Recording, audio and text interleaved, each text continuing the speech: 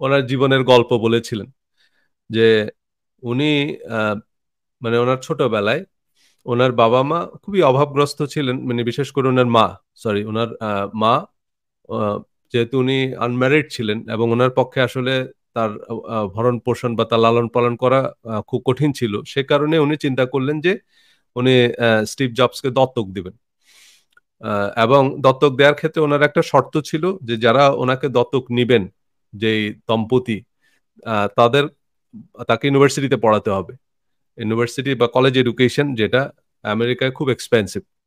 So এই জন্য বাবা মা আগে থেকেই এই টাকা পয়সা গোছগাছ করে আর কি, বাচ্চাদেরকে ইউনিভার্সিটিতে পড়ানোর জন্য আমেরিকার বেশিরভাগ প্যারেন্টরাই হচ্ছে আগে থেকেই একটা ইন্স্যুরেন্স পলিসি বা কোনো না কোনো রকমের একটা সেভিংস প্ল্যান নেয়। সেভাবে তারা পয়সা জমা করে যাতে বাচ্চাদেরকে তারা ইউনিভার্সিটিতে পাঠাতে পারে। সো স্টিভ জবসের মা এরকম একটা শর্তই দিয়েছিল যে যারা স্টিভ জবসকে দত্তক নিবে তারা তার ছেলেকে ইউনিভার্সিটিতে পড়াতে হবে। তো পরবর্তীতে একটা লয়ার দম্পতি হচ্ছে ওনাকে দত্তক নেয়। কিন্তু স্টিভ জবস যখন এবং প্রতিশ্রুতি অনুযায়ী তাকে ইউনিভার্সিটিতে পাঠানো হয়, কিন্তু যে ইউনিভার্সিটিতে পাঠানো হয় সেটা খুবই এক্সপেন্সিভ একটা ইউনিভার্সিটি।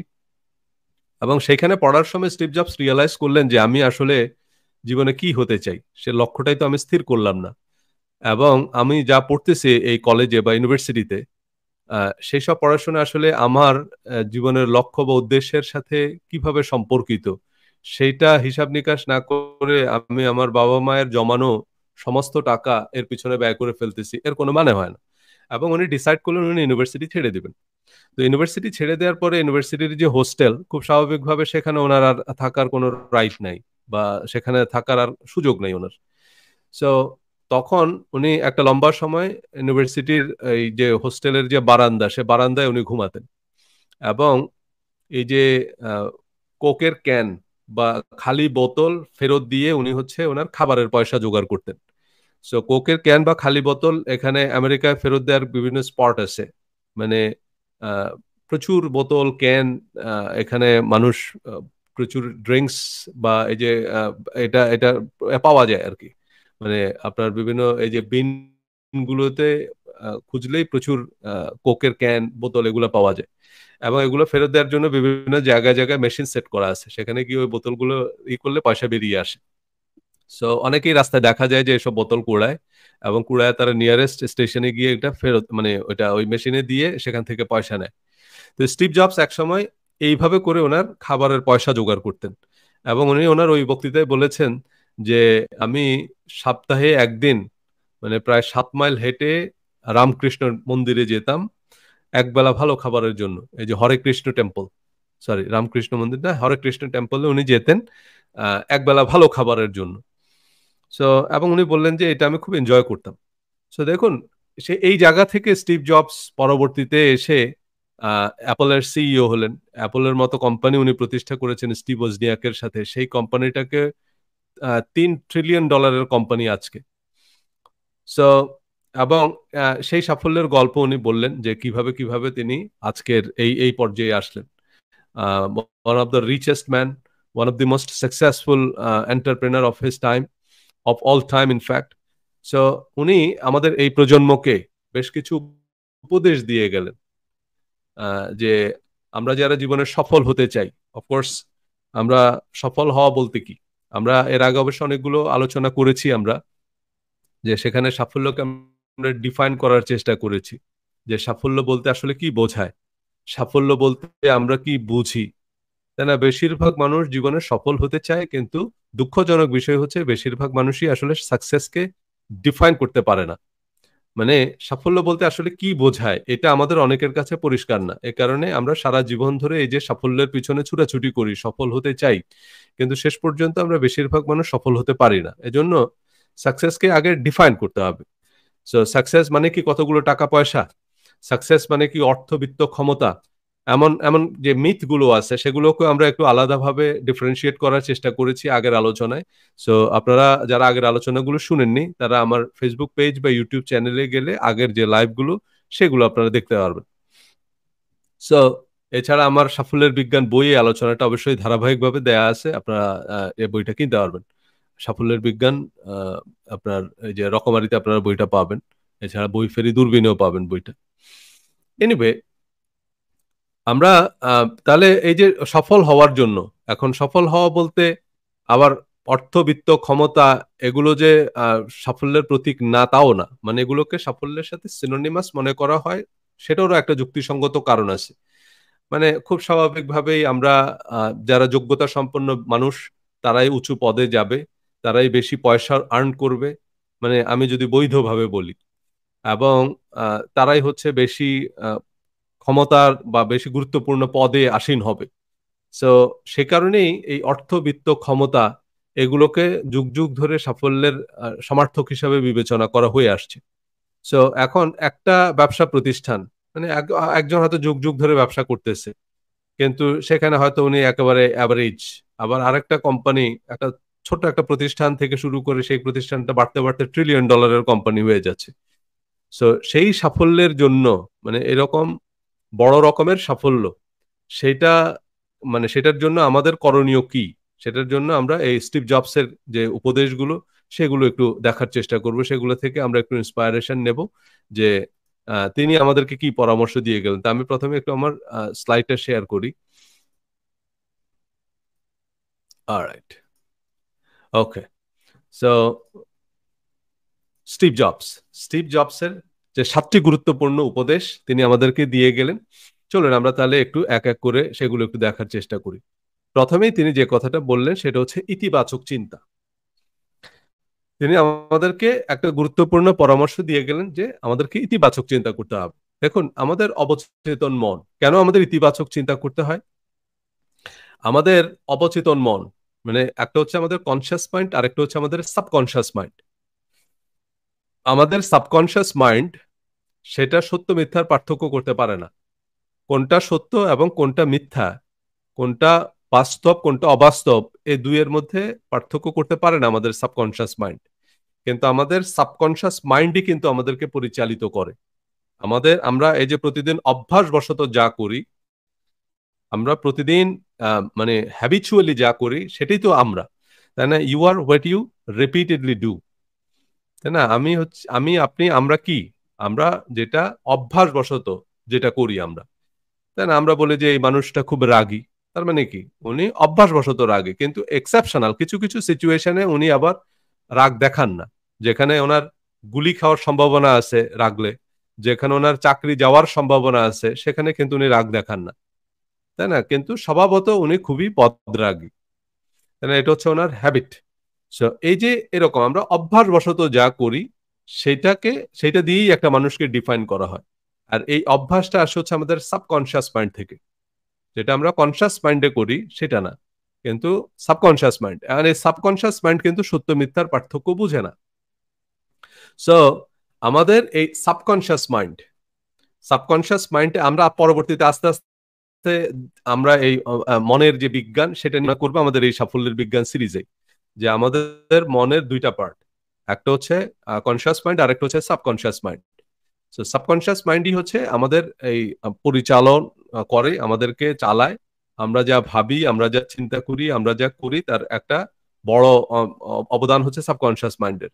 সো আমাদের এই সাবকনশিয়াস মাইন্ড সত্য মিথ্যার পার্থক্য বুঝতে পারে না। সো আমরা যা সত্য বলে মনে করি আমাদের অবচেতন মন তাই সত্য বলে বিশ্বাস করে। হ্যাঁ, আমরা প্রতিদিন যা নিয়ে চিন্তা করি, যেভাবে চিন্তা করি, আমাদের অবচেতন মন তাই গ্রহণ করে এবং সে অনুযায়ী কাজ করে। সো দেখুন, এখন এই যে আমরা কোনো একটা জিনিস, দেখা গেল যে আমরা কোনো একটা বিষয় যখন আমরা মনে করি যে এই বিষয়টা খুব আনন্দের, কোন একটা বিষয়ে আমরা আনন্দ পাই, কারণ আমরা নিজেদেরকে কনভিন্স করতেছি যে এই বিষয় এই কাজটাই আমি আনন্দ পাচ্ছি। যেমন যারা ধূমপায়ী, তারা মনে করতেছে, আমি এটা বলতেছি, একসময় আমি কিন্তু খুব প্রচুর পরিমাণে স্মোক করতাম, একটা সময় আমি চেইন স্মোকার ছিল। সো তখনকার পরে আমি কুইট করছি। গত 5 বছর, 5 বছরের বেশি হলো আমি সিগারেট ছেড়ে দিয়েছি। সো সেটাও আমি বলবো পরবর্তীতে। দেখুন, আপনার এই যে সিগারেট যখন আমরা মানে যারা স্মোক করে তাদের মধ্যে একটা বিশ্বাস, বা এটা আস্তে আস্তে তার অবচেতন মন এটা বিশ্বাস করে যে এটা তার স্ট্রেস কমায়, এটা তাকে আনন্দ যোগায়, এবং আস্তে আস্তে সে এটা বিশ্বাস করে এবং এটার উপরে সে নির্ভরশীল হয়ে যায়। সে এবং আস্তে আস্তে তার সাবকনশিয়াস মাইন্ড যখন এটা বিশ্বাস করা শুরু করে, তখন সাবকনশিয়াস মাইন্ড তাকে ডিরেকশন দেয়, এবং এই কারণে মানুষ চাইলেও এই সিগারেটটা ছাড়তে পারে না। বা মানুষের এই যে যেসব হ্যাবিট, যেসব আপনার অ্যাডিকশন মানুষকে একটা নেগেটিভ কাজে এঙ্গেজ করে রাখে, সেটা থেকে মানুষ বের হতে পারে না। এর কারণ হচ্ছে যেটা, সেটা হচ্ছে আমাদের সাবকনশিয়াস মাইন্ডে সেটা প্রোগ্রামড হয়ে যায়। সাবকনশিয়াস মাইন্ড তখন আমাদেরকে দিয়ে অনবরত সেটা করায়, এবং আমরা তখন মনে করি যে এই কাজে আমরা আনন্দ পাই। এই কাজে আমরা আনন্দ পাই কেন? কারণ হচ্ছে আমাদের সাবকনশিয়াস মাইন্ড তখন কনভিন্স যে এইটার আনন্দের।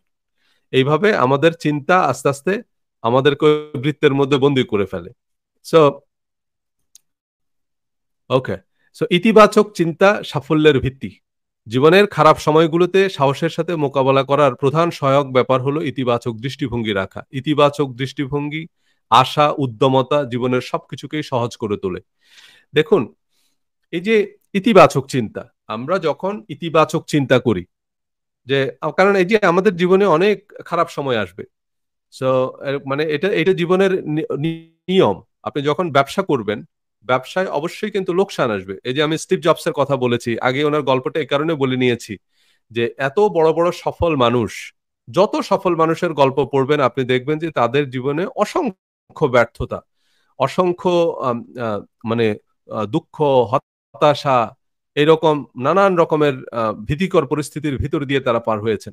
এমনকি আমরা যদি মহামনীষীদের জীবনী বিশ্লেষণ করি, আমরা দেখব যে তাদের জীবনটা কিন্তু একেবারে মসৃণ ছিল না, বরং অনেক আহ, মানে নানা রকমের চ্যালেঞ্জ তাদের সামনে ছিল। আমরা যদি আমাদের রাসূল সাল্লাল্লাহু আলাইহি সাল্লামের জীবনী বিশ্লেষণ করি, আমরা দেখব যে উনি জন্মের আগে ওনার আব্বা মারা গেলেন, জন্মের আপনার কিছুদিন পরেই ওনার আম্মা মারা গেলেন, তারপরে যে চাচার কাছে ছিলেন সে চাচা মারা গেলেন, যে দাদার কাছে ছিলেন সে দাদা মারা গেলেন, নিজের যে স্ত্রী স্ত্রী মারা গেলেন, তারপরে হচ্ছে নিজের ভিটেমাটি থেকে ওনাকে উচ্ছেদ করা হলো, উনি আরেকটা অজানার উদ্দেশ্যে পাড়ি দিলেন। এরপরে মানে জীবনে অনেক রকমের যুদ্ধ, সংঘাত, নানান রকমের মানে প্রতিবন্ধকতার সাথে লড়াই করেছেন। কিন্তু একটা বৈশিষ্ট্য যেটা সফল মানুষদের মধ্যে বা এরকম মহামানবদের মধ্যে আমরা দেখি, নবী রাসূল পয়গম্বরদের মধ্যে, সেটা হচ্ছে এই সফল মানুষরা কখনো আনন্দে আত্মহারা হন না, এবং এই সফল মানুষরা কখনো বিপদে বিচলিত হন না। তারা এই সাফল্য এবং ব্যর্থতা দুইটাকে খুব স্বাভাবিকভাবে নেন।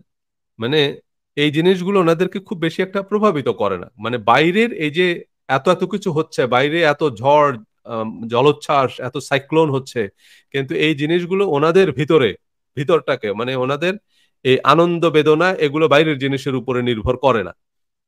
সেইটা হচ্ছে গিয়ে বিষয়, এই যে মন নিয়ন্ত্রণ, তাই না? মন, আপনি যত বাইরে যত খারাপ কিছুই ঘটুক, আপনাকে ইতিবাচক চিন্তা করতে হবে। ইতিবাচক চিন্তা করা এটা একটা হ্যাবিট, এবং যারা মানে যত দুঃসহ পরিস্থিতিতে ইতিবাচক চিন্তা করতে পারে, মানে তারাই হচ্ছে পৃথিবীতে মানে সফল হচ্ছে, তারাই পৃথিবীতে অনেক বেশি সফল, তারাই অনেক বড় হতে পেরেছে।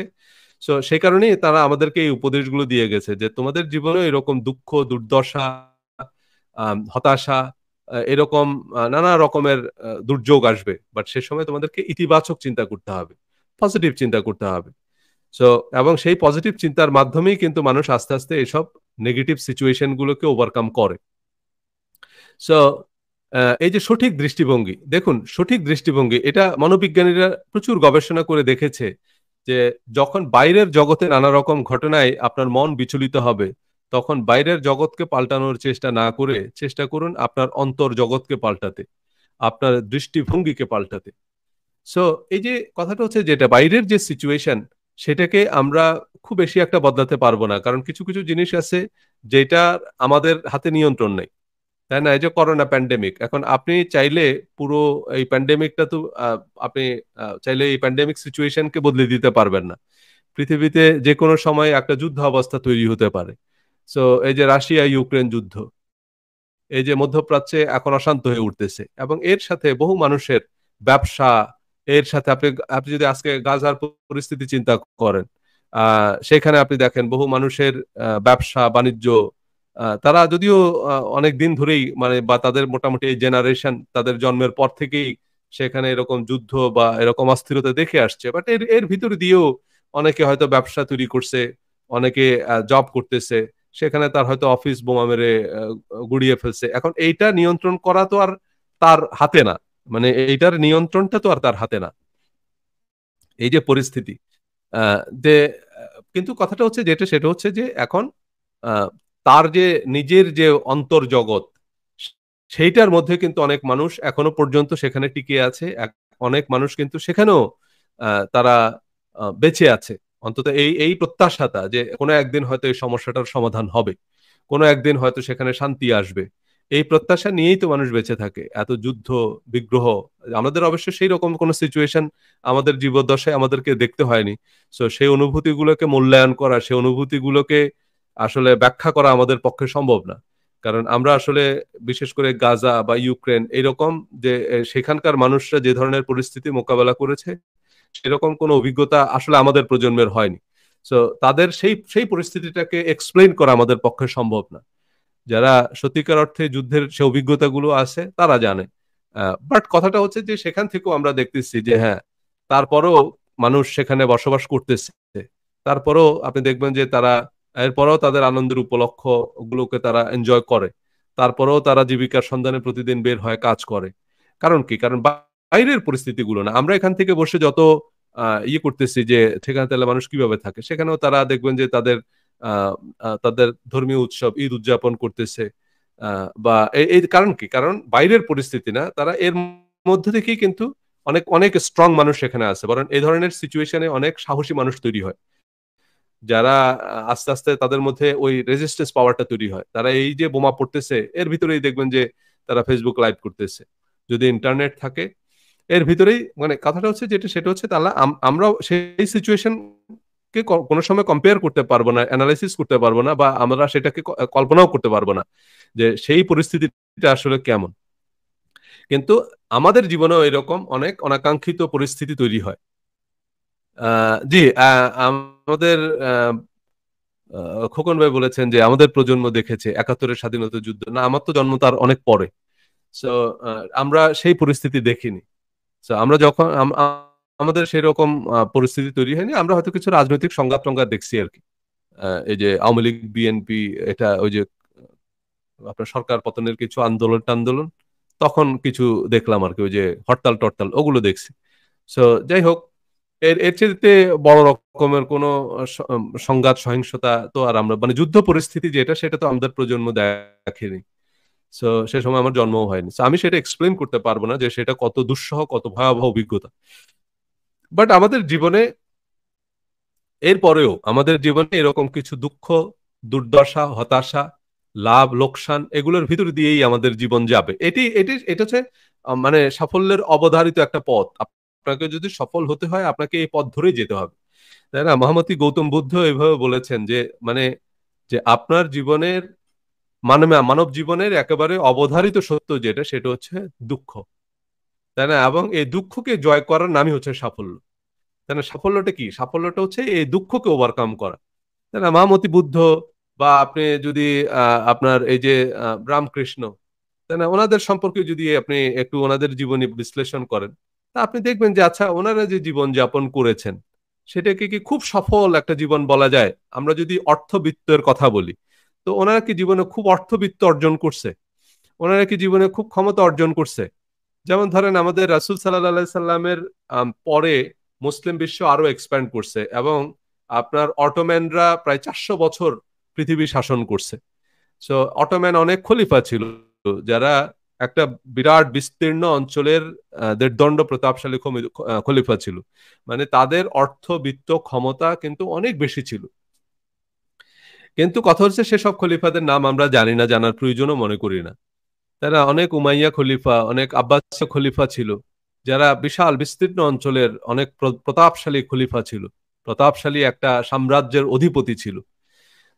সো সেই তুলনায় রাসূল সাল্লাল্লাহু সাল্লামের, মানে কিন্তু ওনার ওনার কারণেই কিন্তু এই খেলাফত গুলো সৃষ্টি হয়েছে, যারা এটার ফলাফল ভোগ করছে।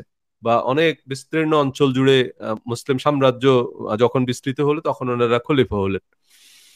কিন্তু কথাটা হচ্ছে যেটা, এই মহামানব যারা, মহামনীষী যারা, ওনারা কি বাস্তব জীবনে অনেক বেশি পয়সা প্রতিপত্তি অর্জন করছে? না, বরং দেখা যাচ্ছে যে ওনাদের জীবনে অনেক ক্রাইসিস, অনেক রকমের কঠিন পরিস্থিতির মুখোমুখি হইতে হয়েছে ওনাদেরকে, যুদ্ধ বিগ্রহ। আপনি যদি আপনার শ্রীকৃষ্ণের কথা যদি, রামকৃষ্ণের কথা যদি বলেন, তাহলে এই যে ওনার স্ত্রীকে বনবাস দেওয়া হলো। তো তো এই যে এত এত মানে কঠিন পরিস্থিতি, এত কিছুর ভিতর দিয়ে ওনাদেরকে মানুষ কেন সফল মনে করে, কেন সারা পৃথিবীর মানুষ ওনাদেরকে অনুসরণ করে, ওনাদের মতো হতে চায়? এর কারণ হচ্ছে ওনারা দুঃখ দুর্দশা এইসবকে ওভারকাম করছে। মানে জীবনে অনেক উত্থান পতন ছিল, জীবনে অনেক অনিশ্চয়তা ছিল, কিন্তু এই জিনিসগুলো ওনাদেরকে স্পর্শ করতো না। এই জিনিসগুলো ওনাদেরকে কোনোভাবে, মানে ওনাদের আনন্দ, ওনাদের কষ্ট, ওনাদের যে ইন্টারনাল যে মানে আনন্দ বা বেদনা, এই জিনিসগুলো বাইরের কিছুর উপরে নির্ভরশীল ছিল না। ওনারা এগুলোর ঊর্ধ্বে ছিলেন। সেইটা সেইটা হচ্ছে আমাদের জন্য অনুকরণীয় আদর্শ। যেমন সুফিরা হচ্ছে আপনার এই যে সাধনা করে, সুফিদের সাধনার মূল উদ্দেশ্যটা কি? যে বাইরে যা কিছু ঘটছে সেই জিনিসগুলো যেন আমাকে প্রভাবিত না করে। আমার আনন্দ, আমার বেদনা, আমার আশা হতাশা, এগুলো যেন এই বাইরে কি ঘটতেছে, আমার এইসব ম্যাটেরিয়াল অ্যাচিভমেন্ট, আমার এইসব প্রাপ্তি অপ্রাপ্তির উপরে যেন নির্ভরশীল না হয়। মানে আপনি সব প্রতিটা দিন, মানে এভরি ডে, প্রতিটা মুহূর্ত আপনি কাউন্ট করবেন, প্রতিটা মুহূর্ত যেন আপনার আনন্দে কাটে, সে পরিস্থিতিটা যাই ঘটুক। সো আপনার গৌতম বুদ্ধ যে কথাটা বলছে যে মানুষের জীবনে দুঃখ এটা হচ্ছে চিরন্তন। মানুষ নানান রকমের দুঃখ হতাশা এসবের ভিতর দিয়েই যাবে, এবং এগুলোকে ওভারকাম করার নামই হচ্ছে সাফল্য। যে আপনি দেখবেন সব কিছু ঠিকঠাক আছে, এর মধ্যে দেখবেন যে মাথায় আকাশ ভেঙে পড়বে আপনার। এটা হবে। এরকম আপনার প্রিয়জনের মৃত্যু হতে পারে, আপনার ব্যবসায় লোকসান হতে পারে, মানে এইরকম কোনো একটা সিচুয়েশন কিন্তু আপনার জীবনে আসবে যে সবকিছু ওলটপালট করে ফেলবে, একদম আপনার সবকিছু সাজানো একেবারে পরিকল্পিত সংসার, সবকিছুর মধ্যে দেখবেন যে আকাশ ভেঙে পড়ছে মাথায়। এইরকম বাস্তবতা আমাদের সবার জীবনে আসবে। সো এটা হচ্ছে মানব জীবনের একেবারে চিরন্তন সত্য, যে প্রত্যেকটা মানুষের জীবনে আপনার হঠাৎ করে দেখবেন যে সবকিছু সাজানো গোছানো ছিল, হঠাৎ করে বাবা নাই, হঠাৎ করে মা নাই, দেখবেন যে পুরো দুনিয়া অন্ধকার হয়ে গেল, মুহূর্তের মধ্যে দেখবেন যে সবকিছু লন্ডভন্ড হয়ে গেল। সো এই যে মানে এরকম একটা সবকিছু আপনার পরিকল্পনা মাফিক চলতেছে, একটা ব্যবসা তিল তিল করে আপনি একটা ব্যবসা দাঁড় করালেন, হঠাৎ করে দেখবেন যে এক রাতের মধ্যে সেই ব্যবসা নাই, বা হঠাৎ করে সেটা বিভিন্ন কারণে হতে পারে, এমন অনেক সিচুয়েশন তৈরি হবে যেগুলোর উপরে আপনার কোনো কন্ট্রোল নাই। সো এজন্যই বলতেছে যে মানব জীবনের একেবারে চিরন্তন সত্য হচ্ছে দুঃখ। এই দুঃখকে জয় করতে হবে আমাদের, এবং এই দুঃখকে জয় করার জন্য যেটা করতে হবে সেটা হচ্ছে ইতিবাচক চিন্তা। এই ইতিবাচক চিন্তা, ইতিবাচক চিন্তা মানে হচ্ছে পরিস্থিতি যাই হোক আপনি আপনার মনকে বুঝাবেন যে সব ঠিকঠাক, everything is fine, everything is all right. So তখন কারণ হচ্ছে কি, যখন আপনি আপনার মনকে বুঝাবেন যে এভরিথিং ইজ অল রাইট, আমাদের মন হচ্ছে ওই যে বললাম সত্য মিথ্যার পার্থক্য বুঝে না। সো কালকে আমি দেখলাম একটা ভিডিও, আপনার ওই যে ফিলিস্তিন থেকে একজন, মানে গাজা থেকে একজন ফেসবুকে পোস্ট করছে। খুবই একই সাথে আহ, খুবই আনন্দের, একই সাথে খুবই কষ্টের একটা ভিডিও। মানে একটা আহ, বাবা হচ্ছে তার মেয়েকে বুঝাচ্ছে আর কি, এই যে রকেট গুলো পড়তেছে, বোমার যে শব্দ হচ্ছে এইটাকে সে বুঝাচ্ছে এটা হচ্ছে খেলনা, খেলনা বোম। এবং এটা মানে ওই যে ফটকা আর কি, যে এটা হচ্ছে আনন্দ করতেছে বাইরে মানুষ বোম ফুটায়। সো যে কারণে ওই বোম ফুটার সাথে সাথে মেয়েটা হচ্ছে হাতে তালি দেয় আর কি, সে খুব খুশি যে বাইরে খুব মানে বোম ফুটলো, মানে আনন্দ এটা। সো কথাটা হচ্ছে দেখেন তাহলে, বাবা কিন্তু জানে যে পরিস্থিতিটা এমন বাইরে, কত ভয়াবহ, যে কোনো সময় তার বাড়ির উপরেও রকেট পড়তে পারে, বোম পড়তে পারে। কিন্তু তারপরে সে তার ওই যে ছোট মেয়েটাকে সে বোঝাচ্ছে যে বাইরে খুব আনন্দ হইতেছে, এবং আনন্দে হচ্ছে এই যে আতশবাজি ফুটাচ্ছে বা বোম ফুটাচ্ছে, যে কারণে ওই মেয়েটা খুব খুশি। অন্তত সে তার মেয়েটাকে খুশি রাখার চেষ্টা করতেছে। তো এই ছোট বাচ্চার মতোই আমাদের মনটাও তাই। আমাদের মনকে যদি আপনি বোঝান যে যা কিছুই ঘটতেছে তার মধ্যেই কল্যাণ আছে, এই জন্য আমরা একটা কথা সবসময় বলি যে আল্লাহ যা করে ভালোর জন্যই করে। সেইটা আপনাকে বিশ্বাস করতে হবে, যে এটা যখন আপনি বিশ্বাস করবেন তখন সবকিছু ভালো হয়ে যাবে তা না। এটা বিশ্বাস করার সাথে সাথে যেটা হবে সেটা হচ্ছে যে আপনি দেখবেন আপনার মনটা ভালো হয়ে গেছে, কারণ আপনার এই মন ভালো থাকা কিন্তু জরুরি। তখন এটা ফাংশন করবে, তখন এটা কাজ করবে। কিন্তু আপনি আস্তে আস্তে যদি মনে করেন যে না সবকিছু খারাপ, সবকিছু আরো খারাপ হচ্ছে, তখন যেটা হবে আস্তে আস্তে আপনি মানসিকভাবে এই যে দেখবেন আস্তে আস্তে আপনার মধ্যে এংজাইটি, আপনার মধ্যে ডিপ্রেশন, এগুলো যখন ভর করবে এবং এগুলা হতে হতে হতে হতে মানুষ একসময় মানসিকভাবে অসুস্থ হয়ে যায়, তখন মানুষের মধ্যে schizophrenia, panic disorder, bipolar disorder, এরকম বিভিন্ন রকমের মানসিক সমস্যা তৈরি হয়। সো এই জন্য আপনাকে সবসময় ইতিবাচক চিন্তা করতে হবে যে পরিস্থিতি যাই হোক, everything is fine, fantastic, everything happen for reason. যা কিছুই ঘটতেছে সেটা ভালোর জন্যই ঘটবে। এ কারণেই দেখবেন সুফিরা যেটা করে সেটা হচ্ছে তারা সবসময় এই যে আত্মার পরিশুদ্ধি, আত্মার পরিশুদ্ধি মানে কি? আত্মার পরিশুদ্ধি, এই যে এটা আমাদের কোরআনেও বলা আছে, এই যে সাফল্যের সংজ্ঞা আমরা অনেক সময় বলি না যে সাফল্য কি জিনিস। সাফল্য যে এর আগের সেশনেও বললাম যে সাফল্য মানে কি অর্থবিত্ত ক্ষমতা। পবিত্র কোরআনে পরিষ্কার করে বলা আছে কাদ আফলাহা মান তাযাক্কা, মানে তারাই সফল যারা নিজেদেরকে পরিশুদ্ধ করতে পেরেছে। সে এই পরিশুদ্ধ করতে পারা মানে কি? পরিশুদ্ধ করতে পারা মানে হচ্ছে আপনার এই যে আত্মার পরিশুদ্ধি, যে আপনার আত্মা ভয়ে ভীত হয় না, কোন রকম অভাব অনটন, বলছে আল্লাহ যে এগুলো দিয়ে আমি তোমাদেরকে পরীক্ষা করব। সো অভাব অনটন প্রাচুর্য, এমনকি আপনাকে অনেক পয়সা দিয়েও পরীক্ষা করা হবে। সো যখন মানুষ পয়সা পায় তখন হচ্ছে মানুষ অনেক সময় বিভিন্ন রকমের আনন্দের জন্য মানুষ তখন কি এই যে ড্রাগস, অ্যালকোহল, তারপরে হচ্ছে আপনার নাইট ক্লাব, পাব, এগুলাতে এগুলাতে যায় মানুষ কেন? আনন্দের জন্য। দেখেন, যখন আপনি মনে করবেন যে আপনার আনন্দটা নির্ভর করতেছে নাইট ক্লাব, পাব, বার, তারপরে হচ্ছে সব ডান্স ক্লাব, এগুলাতে গেলে হচ্ছে আপনি আনন্দ পাবেন, তার মানে আপনার অন্তর কুলুষিত, মানে আপনার অন্তর এখনো পর্যন্ত পিউরিফাইড হয় নাই। মানে এরকম আবার আমাদের এইসব ম্যাটেরিয়াল জিনিস না থাকলে, এগুলো করতে না পারলে, আমার একটা দামি গাড়ি নাই, আমার ওইরকম বড় প্যালেস টাইপ বাড়ি নাই, সেটা যদি না থাকে তাহলে আমার মন খুব খারাপ। এটা যদি হয় তাহলে আমাদের মন কুলুষিত, বা আমাদের মন ওরকম পিউরিফাইড হয় নাই, আমরা নিজেদেরকে পরিশুদ্ধ করতে পারিনি। এই পরিশুদ্ধির জন্যই হচ্ছে আমাদের এই যে স্পিরিচুয়ালিটি দরকার হয়। এবং এই যে আমরা মানে আপনার এই যে সুফিবাদ, মানে ইসলামের যে সুফিবাদের যে ধারণা, সেটা হচ্ছে যে আত্মাকে পরিশুদ্ধ করা, তাজকিয়া নফস, যে আত্মার পরিশুদ্ধি। আত্মার পরিশুদ্ধি মানে এসব মেটেরিয়াল জিনিসের উপরে মানে আমাদের আনন্দ বেদনা নির্ভর করে না, যে আমরা যখন যে অবস্থায় আছে সেই অবস্থাটাকে এনজয় করব, সেটাই কিন্তু আনন্দের। আপনি দেখেন, ওই যে বললাম না যে আমরা অনেক সময় শুধু হাউতাশ করি বর্তমান সময়টাকে নিয়ে, কিন্তু যখন সময়টা পার হয়ে যায় তখন আমরা বুঝতে পারি যে আমাদের ইউনিভার্সিটির যে লাইফটা ছিল সেটা ছিল সবচেয়ে সেরা সময় আমাদের জীবনে। কিন্তু সেই সময় কিন্তু আমরা এটা রিয়েলাইজ করিনি, কারণ তখন আমরা নানান রকমের অর্থ কষ্টে ছিলাম। তখন আমাদের অল্প টাকা খরচ, মানে সামান্য কিছু রোজগার করার জন্য আমাদের অনেক দাঁড়া দাঁড়ে ঘুরতে হয়েছে একটা টিউশনি, আবার সেই টিউশনিটা চলে যাচ্ছে। সো তখন আমাদের হাত খালি, মানে টাকা পাঠাইতে পারে না বাড়ি থেকে, এরকম অভাব অনটনের মধ্যে কাটছে। তাই সেই সময়টা আমরা খুব একটা এনজয় করিনি, কিন্তু অভাব অনটন না, মানে জীবনের যে কোনো সময় সেটাই উপভোগ্য। কিন্তু এখন অনেক টাকা আছে, কিন্তু সেই সময়ের মতো উপভোগ্য সময় কিন্তু এখন আর না। সো এই জন্যই বলবো যে আমাদের আনন্দ বিনোদন এগুলো যেন আমাদের এসব কিছুর উপরে নির্ভর না করে, সেই কথাটাই কিন্তু স্টিভ জবস বলছেন। আচ্ছা, দেখুন মার্কাস আরেলিয়াস একই কথাই বলছে যে তোমার মনের উপর তোমার নিয়ন্ত্রণ রয়েছে, একমাত্র তুমিই পারো তোমার মনকে এক নিমিষে ভালো করে তুলে সফলতার দ্বার প্রান্তে পৌঁছে যেতে। বাইরের কোনো কিছুই তোমাকে আহ, জাগাতে পারবে না যদি তুমি নিজে থেকে না জানো।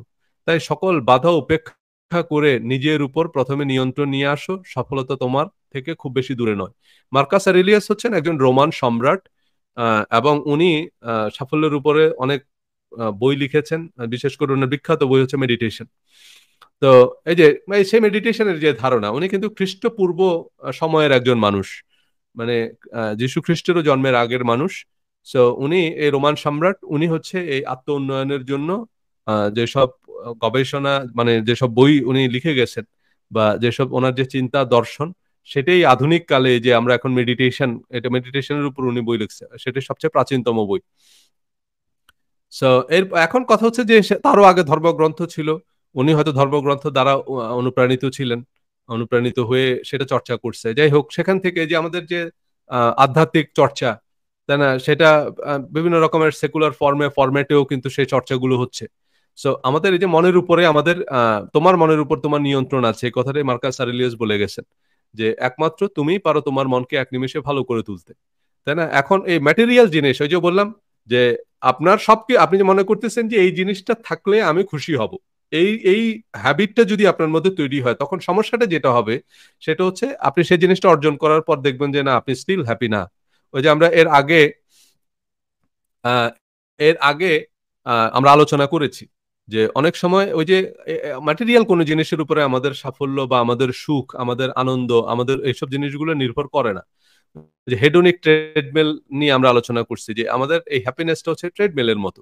আপনি মনে করতেছেন যে আপনি যদি মিলিয়নিয়ার হন তাহলে আপনি হ্যাপি হবেন। কিন্তু মিলিয়নিয়ার হওয়ার পরে আপনি দেখবেন যে এখন আপনার যা মনে হচ্ছে বা এখন আপনার কাছে যেরকম অনুভব হচ্ছে আপনার কাছে একই রকমই অনুভব হবে। মানে এরপর আপনার মনে হবে যে আমি যদি $100 মিলিয়ন মালিক হই তাহলে হয়তো আমি হ্যাপি হব। কিন্তু $100 মিলিয়ন মালিক হওয়ার পরও আপনি দেখবেন যে এখনো আপনার মেজাজ গরম হচ্ছে, এখনো আপনার মন খারাপ হচ্ছে, এখনো আপনি হতাশ হচ্ছেন। একই রকমেরই আপনার খারাপ দিন কাটতেছে। সো কথাটা হচ্ছে যে এইসবের উপরে আমাদের সাফল্য নির্ভর করে না বা আমাদের মনের আনন্দ, বেদনা এগুলো নির্ভর করে না। সো এটা হচ্ছে আপনার ইতিবাচক চিন্তা করতে হবে। আপনার বলতে হবে যে আমার প্রতিটা আমি খুব ভালো আছি। আমার খুব ভালো লাগতেছে। আমি খুবই আমার আমার এই যে ভালো, ভালো জিনিসগুলোর দিকে তাকাবেন, আজকের দিনটা খুব ভালো। যা কিছু আছে সেসব কিছুর দিকে যখন আপনি তাকাবেন তখন দেখবেন আপনার মন ভালো হয়ে গেছে। সো এই মন এটা এবং এটা হচ্ছে একটা হ্যাবিট। এই হ্যাবিটটা যখন আপনি তৈরি করবেন সেগুলোই কিন্তু আমরা আমাদের ধর্মগ্রন্থ থেকে শিখি। আপনার হযরত আইয়ুব আলাইহিস সালামের মতো দুর্দশায় তো আমরা কেউ পড়িনি। কিন্তু হযরত আইয়ুব আলাইহিস সালাম একেবারে এমন কঠিন পরিস্থিতিতে এসেও কিন্তু উনি মন খারাপ করেননি। তখনও উনি আ আল্লাহর কাছে দোয়া করেছেন যে, "আন্নী মাসসানিয়া দুররু আনতা আরহামুর রাহিমিন।" আল্লাহর উপর উনি আস্থা হারাননি কিন্তু। সো এটাই হচ্ছে গিয়ে বিষয়। যে যেকোনো পরিস্থিতি যেমনই হোক একেবারে যদি আপনি ধুলায়ও মিশে যান আপনি আস্থা হারাবেন না। হ্যাঁ? তো এইটা এই আমাদের এই অবচেতন মন সেখান থেকে হচ্ছে আমাদের মধ্যে এই জিনিসটা এই মানে সাফল্যের অনুভূতি তৈরি হয়। সো আমাদের ইতিবাচক চিন্তা করতে হবে। ইতিবাচক চিন্তা থেকেই আপনি দেখবেন যে আস্তে, আস্তে পরিস্থিতি বদলাতে শুরু করে। কারণ আমরা পরিস্থিতি বদলাই। তাই না? আমরা হচ্ছে থার্মোস্ট্যাটের মতো। সফল মানুষরা হচ্ছে থার্মোস্ট্যাটের মতো। আর নেগেটিভ মানুষরা হচ্ছে থার্মোমিটারের মতো। থার্মোমিটার আর থার্মোস্ট্যাটের মধ্যে থার্মোস্ট্যাট হচ্ছে তাপমাত্রা কন্ট্রোল করে। হ্যাঁ? আপনি একটা থার্মোস্ট্যাট যদি সেট করে দেন যে আমি এত ডিগ্রি টেম্পারেচার চাই, সে হচ্ছে পুরো ঘরের টেম্পারেচার ওই জায়গায় রাখবে। মানে যে টেম্পারেচারটা আপনি সেট করে দিবেন। আর থার্মোমিটার হচ্ছে সেটা টেম্পারেচার যাই তাই আপনাকে দেখাবে। টেম্পারেচার যদি ঠান্ডা হয় -10 ডিগ্রি হয় থার্মোমিটার আপনাকে দেখাবে এখন টেম্পারেচার -10 ডিগ্রি। টেম্পারেচার যদি +10 ডিগ্রি হয় থার্মোমিটার আপনাকে তাই দেখাবে। তা আমরা যারা সফল হতে চাই আমাদেরকে থার্মোস্ট্যাট হইতে হবে যে আমরা আশেপাশের পরিস্থিতি কন্ট্রোল করব। সেগুলোর সাথে, সাথে যে পরিস্থিতি খারাপ হয়ে গেল আমিও ভাই মন খারাপ হয়ে একেবারে ধুলায় মিশে গেলাম। পরিস্থিতি আবার একটু ভালো হলো তো আমিও আবার একটু আ মাথাছাড়া দিয়ে উঠলাম। আবার একটু বেলুনের মতো আকাশে উড়া শুরু করলাম। সো সেইটা না বরং আমরা যেটা করব সেটা হচ্ছে থার্মোস্ট্যাটের মতো আমরা পরিস্থিতি কন্ট্রোল করব। আমাদের আনন্দ, আমাদের ভালো লাগা সেটা যেন এসব ম্যাটেরিয়াল জিনিসের উপরে নির্ভর না করে। এবং যারা এই থার্মোস্ট্যাটের মতো পরিস্থিতি নিয়ন্ত্রণ করতে পারে তারাই শেষ পর্যন্ত বড় ব্যবসায়ী হতে পারে। বেশিরভাগ মানুষ জীবনে অগ্রসর হতে পারে না কারণ হচ্ছে তারা এই পরিস্থিতি দ্বারা নিয়ন্ত্রিত হয়। সো এরপর যে জিনিসটা গুরুত্বপূর্ণ সেটা হচ্ছে যে কাজ ভালোবাসেন সে কাজ করুন। তাই না? আপনি যদি আপনার কাজকে অপছন্দ করেন, তবে আপনি কাজও নষ্ট করছেন এবং সে কাজ করে সময়ও নষ্ট করতেছেন। তাই না? দেখেন আপনার এই যে আম ধরেন আপনি যে কাজটা পছন্দ করেন না, সেই কাজটা করে আপনি প্রথমত আপনার সময় নষ্ট করতেছেন। কারণ ওই কাজে আপনি কোনদিনও সফল হতে পারবেন না যদি আপনি সে কাজটা পছন্দ না করেন। আর দ্বিতীয়ত আপনি সে কাজটা করে আপনি কাজটাও নষ্ট করতেছেন। কারণ সেই কাজটাও হবে না এবং আপনার নিজের এই যে বললাম সময়টাও নষ্ট হবে, কাজটাও নষ্ট হবে। এজন্য আগে যেই কাজটা আপনি পছন্দ করেন সেই কাজটা করবেন। হ্যাঁ, এখন অনেক সময় এমনটা হতে পারে যে আমরা যে কাজটা করতেছি বা আমার যে কাজটা পছন্দ সেই কাজটা হয়তো আমি খুঁজে পাচ্ছি না বা সেই কাজটা আমি এখনই করতে পারছি না। সো সে পর্যন্ত আপনি হয়তো টিকে থাকার জন্য আপনার রেগুলার খরচ বরচ যোগানোর জন্য আপনি কোন একটা কাজ করতে পারেন। যে হ্যাঁ, আপনি আপাতত নতুন আসছেন কোনো একটা জায়গায়। এখন আপনার হয়তো পছন্দের কাজটা করার জন্য যেসব রিসোর্সেস দরকার সেগুলো আপনার এই মুহূর্তে নাই। সো আপনি ওই যে এজন্যই বলছে স্টিভ জবস বলছে যে, "যতক্ষণ পর্যন্ত না আমি সত্যিই কি করতে চাই তা খুঁজে বের করতে পারবো, ততক্ষণ আমি বাসের কন্ট্রাক্টর বা অন্য যেকোনো কাজ করব।"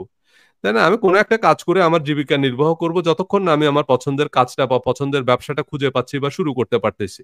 আপনি যদি অন্যকে আপনার কাজকে ভালোবাসতে না পারেন তাহলে সেই কাজে কোনদিনই সফলতা আসবে না। এটা নিশ্চিত করে জেনে রাখেন সেটা হচ্ছে আপনি যদি আপনার কাজটাকে ভালোবাসতে না পারেন তাহলে সে কাজে আপনি কোনদিনই সফল হতে পারবেন না। সো আপনি যদি একজন সফল ফটোগ্রাফার হতে চান, সফল আ আপনার সিনেমাটোগ্রাফার হতে চান, অবশ্যই আপনার কাজটাকে আপনার ভালোবাসতে হবে। তাই না? আমরা এরকম বহু সিঙ্গারকে জানি, বহু আমরা ফিল্ম মেকারকে জানি। তারা হয়তো অনেক ছোট ছোট কাজ করছে, কিন্তু ওই যে ফিল্ম মেকিং সেইটা ছিল ওনার মাথার ভিতরে। হ্যাঁ, হয়তো উনি সেই পছন্দের কাজটা, মানে ওই ওই কাজটা থেকে হয়তো জীবিকা উপার্জন করার আগ পর্যন্ত উনি অনেক অড জব করছে, কিন্তু পাশাপাশি উনি প্রতিদিনই একটু একটু একটু একটু করে ওনার কাজগুলো করে গেলেন। করতে করতে একটা সময় গিয়ে দেখা গেল যে পরে উনি একটা বড় কাজ করে অনেক অস্কার পেয়ে গেলেন। এরকম এরকম অনেক উদাহরণ আছে, বা একটা জাতীয় পুরস্কার পেয়ে গেলেন একটা সময় গিয়ে, উনি অনেক বড় আলোকচিত্রী বা অনেক বড় আহ, আপনার এই যে চলচ্চিত্র নির্মাতা হয়ে গেলেন। কিন্তু হয়তো সেই পর্যন্ত, সেই জায়গায় যাওয়ার আগ পর্যন্ত উনি হয়তো কোনো না কোনো ভাবে জীবিকা নির্বাহ করেছেন। কিন্তু যেই কাজটাই আপনি সফল হতে চান, সেই কাজে আপনার ভালো লাগা থাকতে হবে। ভালো লাগা না থাকলে সেই কাজে আপনি আলটিমেটলি সফল হতে পারবেন না। সো এরপরে যে জিনিসটা, সেটা হচ্ছে একসাথে অনেকগুলো কাজকে না বলুন। এটা স্টিভ জবসের আরেকটা গুরুত্বপূর্ণ পরামর্শ, মাল্টিটাস্কিং। আমরা অনেক সময় মনে করি যে যারা একসাথে অনেকগুলো কাজ করতে পারে তারা অনেক ব্রিলিয়েন্ট, তারা অনেক ট্যালেন্ট। সো আমরা মনে করি যে আমাদেরকে এরকম একসাথে অনেকগুলো কাজ করার যে স্কিল, সেটা অর্জন করতে হবে। এটা একটা রং স্কিল। গবেষণায় প্রমাণিত হয়েছে যে একসাথে যারা অনেকগুলো কাজ করে তারা আলটিমেটলি কোনো কাজে সফল হতে পারে না। সো একসাথে অনেকগুলো কাজকে না বলুন, তাই না? অনেকেই অনেক কিছু করার জন্য, যেমন আমি গর্বিত, এটা স্টিভ জবস বলতেছে, তেমনি অনেক কিছু না করার জন্যও আমি অনেক গর্বিত। উদ্ভাবন মানেই হলো হাজারটা জিনিসকে না বলা। দেখুন, আমরা এই যে প্রায় কি বলি, যে আমরা বলি যে এই যে বিশেষজ্ঞ, বিশেষজ্ঞ মানে কি? স্পেশালিস্ট। স্পেশালিস্ট বলতে যেটা বোঝায় সেটা হচ্ছে উনি কোনো একটা বিশেষ বিষয়ে বিজ্ঞ, আর বাকি সব বিষয়ে অজ্ঞ। এটারে বলে বিশেষজ্ঞ। বিশেষজ্ঞ মানে কিন্তু উনি দুনিয়ার সব বিষয় জানেন তা না। বিশেষজ্ঞ শব্দের অর্থই হচ্ছে উনি একটা বিশেষ বিষয়ে বিজ্ঞ, তাই না? যেমন আগে একটা সময় ছিল যখন মানুষ দুনিয়ার সব বিষয় জানতো, তাই না? এবং এরপরে আসলো বিশেষায়নের যুগ। তখন বলা হচ্ছে যে না, আপনাকে একটা বিষয়ের বিশেষজ্ঞ হইতে হবে। যেমন আগে ডাক্তার মানে ছিল যে উনি সব রোগের চিকিৎসক, কিন্তু একটা সময় গিয়ে দেখা গেল যে বিশেষায়ন, যে না, আপনি হয় চোখ বিশেষজ্ঞ, নয়তো আপনি দাঁত বিশেষজ্ঞ, নয়তো আপনি কান বিশেষজ্ঞ, তাই না? কেউ স্কিন বিশেষজ্ঞ, কেউ হচ্ছে আপনার কিডনি হার্ট বিশেষজ্ঞ। এক একজন এক একটা বিষয়ের বিশেষজ্ঞ, তাই না? এবং এই বিশেষায়নের জায়গাগুলো দিন দিন এত ছোট হয়ে আসতেছে যে কিছুদিন পর হয়তো দেখা যাবে যে একজন ডান চোখ বিশেষজ্ঞ, আরেকজন বাম চোখ বিশেষজ্ঞ। কারণ কারণ হচ্ছে যে একজনের পক্ষে আসলে দুনিয়ার সব বিষয়ের বিশেষজ্ঞ হওয়া সম্ভব না, সব বিষয় সম্পর্কে জানা সম্ভব না। সো এই জন্য যেটা করতে হবে, আপনি যদি কোনো কাজে সফল হতে চান, সেটা ব্যবসায়িক বা আপনার এই যে ম্যাটেরিয়াল অ্যাচিভমেন্টের ক্ষেত্রে, অবশ্যই খেয়াল রাখতে হবে যে আপনার এই যে হাজারটা জিনিসকে না বলা শিখতে হবে। যেটা আপনার কাজ না সেই জায়গায় মাথা ঘামানোর দরকার নেই, সেই জায়গায় সময় নষ্ট করার দরকার নেই। হ্যাঁ, এরকম অ্যাপল যা করেছে তা নিয়ে জবস যতটা গর্ববোধ করতেন, ঠিক ততটাই গর্ববোধ করতেন অ্যাপল যা যা এখনো করতে পারেনি, তাই না? 1997 সালে তিনি যখন অ্যাপলের সিইও হয়ে আসেন, তখন অ্যাপলের পণ্য তালিকায় 3 শতাধিক পণ্য ছিল। 2 বছরের মধ্যে পণ্য সংখ্যা কমিয়ে 10-এ নিয়ে আসেন তিনি। দেখেন, এই যে স্টিভ জবস যখন অ্যাপলের সিইও হয়ে আসেন 97-এ, তখন অ্যাপল অনেক প্রোডাক্ট তৈরি করতো। অ্যাপল তখন এরকম তাদের মানে শত শত প্রোডাক্ট ছিল, প্রায় 300-র বেশি প্রোডাক্ট ছিল, অ্যাপল অনেক জিনিস তৈরি করতো। কিন্তু স্টিভ জবস এসে যেসব অপ্রয়োজনীয় পণ্য, যেগুলোতে অ্যাপল আসলে ভালো করতেছিল না, সেসব পণ্য টোটালি বাদ দিয়ে দিছে। মানে উনি এসে তখন উনি মানে এই বাদ দেওয়ার কারণে যেটা করলো সেটা হচ্ছে অ্যাপলের যে টোটাল বাজেট, অ্যাপলের যে টোটাল টিম, সেই টিমটাকে উনি একটা জায়গায় ফোকাস করতে দিলেন। হ্যাঁ, এবং 10টা প্রোডাক্টের নামায় নিয়ে আসছে। যে কারণে দেখেন, অ্যাপলের প্রোডাক্ট কিন্তু খুব বেশি না, কিন্তু অ্যাপলের প্রোডাক্ট একেবারে অপ্রতিদ্বন্দ্বী। অ্যাপল যাই তৈরি করুক, অনেকে হয়তো হাসাহাসি করে যে অ্যাপল প্রতিবারই ফোন একটা লঞ্চ করে আর বলে যে best product ever, best iPhone ever, প্রতিবারই এই একই কথাই বলে। কথা সত্য, কথা সত্য। দেখেন, তাদের আইফোন লঞ্চ করার সাথে সাথেই কিন্তু সেটার millions and millions of copy sell হয়ে যাচ্ছে। ইনফ্যাক্ট লঞ্চ হওয়ার আগেই দেখা যাচ্ছে যে তারা প্রি অর্ডার পাচ্ছে। অ্যাপলের আইম্যাক, অ্যাপলের এই যে আইপ্যাড, তাই না? এগুলো একবারে অপ্রতিদ্বন্দ্বী, এগুলোর সাথে কোনো কিছুর কম্পারিজন চলে না, কারণ তারা আসলেই best of the best product দিচ্ছে, তাই না? অল্প কিছু প্রোডাক্ট, এমনকি এই যে টেসলারও অনেক আগে থেকে কিন্তু অ্যাপল এই যে ইলেকট্রিক গাড়ি, মানে স্বচালিত যে ইলেকট্রিক গাড়ি, সেটার পিছনে অ্যাপল অনেক দিন ধরে গবেষণা বাজেট করে যাচ্ছে। কিন্তু তারপরেও টেসলা লঞ্চ করে দিল মার্কেটে, অ্যাপল কিন্তু করেনি। কারণ অ্যাপল যখন লঞ্চ করবে তখন তাদের ওই যে বললাম, তাদের পারফেক্ট হইতে হবে টাইমিংটা। সো যাই হোক, তারা কিভাবে সেই ব্র্যান্ডিংটা করে সেটা অবশ্য দেখার বিষয়। বাট অ্যাপল ইলেকট্রিক কার নিয়ে গবেষণা করতেছে টেসলার অনেক আগে থেকে। তো এই জন্যই বললাম অ্যাপল তার ওই প্রোডাক্ট গুলো যেটা তারা করবে না সেটা তারা কমপ্লিটলি, এবং যদি অ্যাপল দেখে যে না টেসলার মতো তারা মার্কেটে আসতে পারবে না, তাহলে তারা হয়তো তাদের ওই যে কার প্রজেক্ট যেটা সেটা বাতিলও করে দিতে পারে। বাট এখনো পর্যন্ত তারা সেটা নিয়ে গবেষণা করতেছে। সো অনেকগুলো কাজকে আপনার না বলতে হবে, কারণ অনেকগুলো কাজ যখন একসাথে করবেন তখন আলটিমেটলি কোনো কাজেই মানুষ সফল হতে পারে না। এরপর আরেকটা গুরুত্বপূর্ণ যে জিনিসটা সেটা হচ্ছে কারো কাছ থেকে শিখতে লজ্জা পাবেন না। দেখেন, কারো কাছ থেকে শিখতে লজ্জা পাবেন না, এটা খুব গুরুত্বপূর্ণ একটা জিনিস। জীবনে সফল হতে চাইলে শেখার কোনো শেষ নেই। আপনি অন্যের কাছ থেকে যত পারেন নতুন কিছু শিখতে থাকুন, যা আপনাকে সাফল্যের আরো কাছাকাছি পৌঁছে দিবে। আপনি একটা ইংরেজি বা টেকনিক্যাল কিছু না পারলে আপনার বন্ধু, সহকর্মী, এমনকি জুনিয়র যে কারো কাছ থেকে সহযোগিতা নিতে পারেন। লজ্জা বা অহমিকার কারণে শেখার সুযোগ হাতছাড়া করলে এতে ক্ষতি আপনারই বেশি হবে। আমাদের একটা অভ্যাস হলো আমরা অন্যের কাছ থেকে শিখতে লজ্জা পাই। আমাদের অহমিকায় লাগে। স্টিভ জবস যখন ছাত্র ছিলেন তখন তিনি কম্পিউটার প্রযুক্তির বিভিন্ন ক্লাসে মানে ক্লাসের সঙ্গে যুক্ত ছিলেন। বিভিন্ন বন্ধুদের কাছ থেকে তিনি শিখেছেন। সো এই যে কথাটা বললাম যে স্টিভ জবস কিন্তু কম্পিউটার বা প্রযুক্তির ছাত্র ছিলেন না।